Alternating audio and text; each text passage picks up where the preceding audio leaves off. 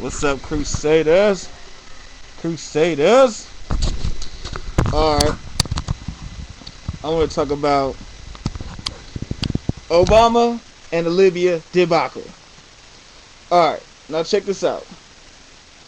Of all the places that we should have fought a battle, if we needed to fight, is we should have fought in Bahrain to either help the protesters or defend that nation because America's Fifth Fleet is there. Okay? That's protecting Americans. That's number one. He would have had our support. Number two, Yemen. Our intelligence has said that that is the most likely next hotspot for terrorism to attack America. But no! Obama was like, no! I hear that's the worst threats to our national security. To Americans in Bahrain that might get killed, the Fifth Fleet might have to move. No! That's not the worst thing in the world. We're gonna go into Libya. You hear me, you guys? We're gonna go into Libya. Why? I don't know. We're gonna save civilian lives. Yeah, that's why. But we have no interest there.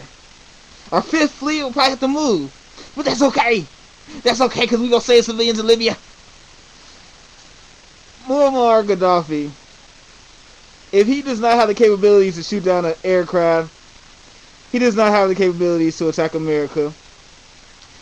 George W. Bush has started working with the crazy fool.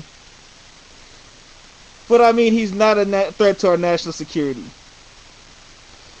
And the thing is, some of the stuff he's saying is so ridiculous. He said, when we stop Muammar Gaddafi's troops, we close a no-fly zone, we protect civilians, blah, blah, blah. The rebels can fight for themselves. So I'm going to tell you something. Now we're talking about Libyan soldiers. Yes, some of them came to the rebel side. But these are not elite troops. These troops have not seen major action. These troops cannot hold up a charge. If they cannot besiege a city, they have to start with supply lines. The private soldier does not know how to create a supply line.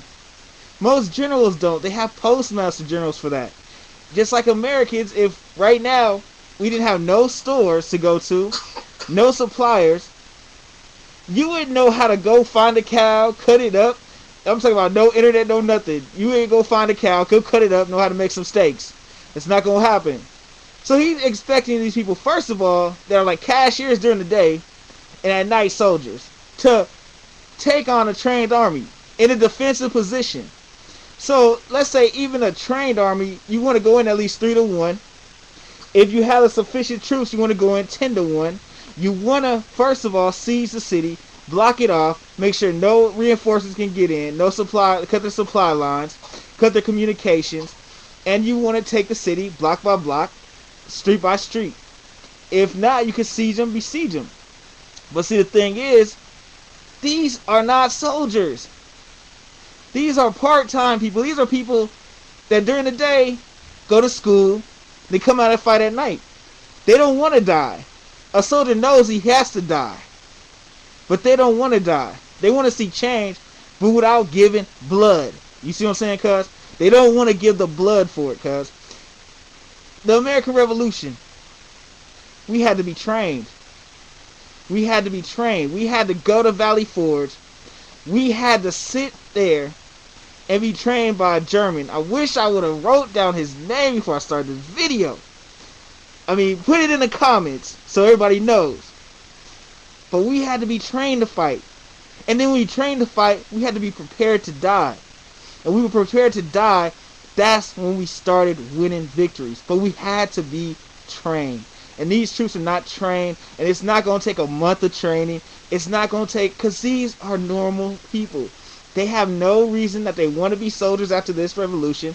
They don't want to join a big army. They don't want to do it.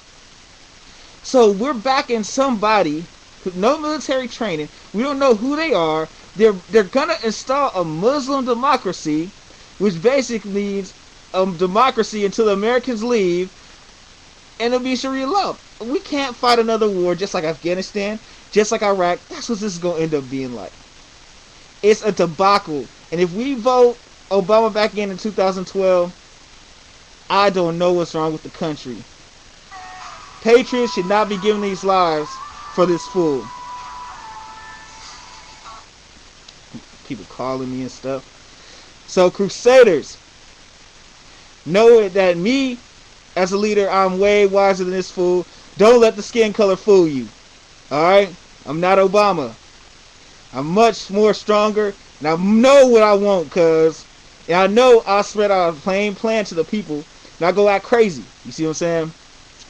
But God wills it that I'm talking to you today, brother. Alright? Crusaders, stand up.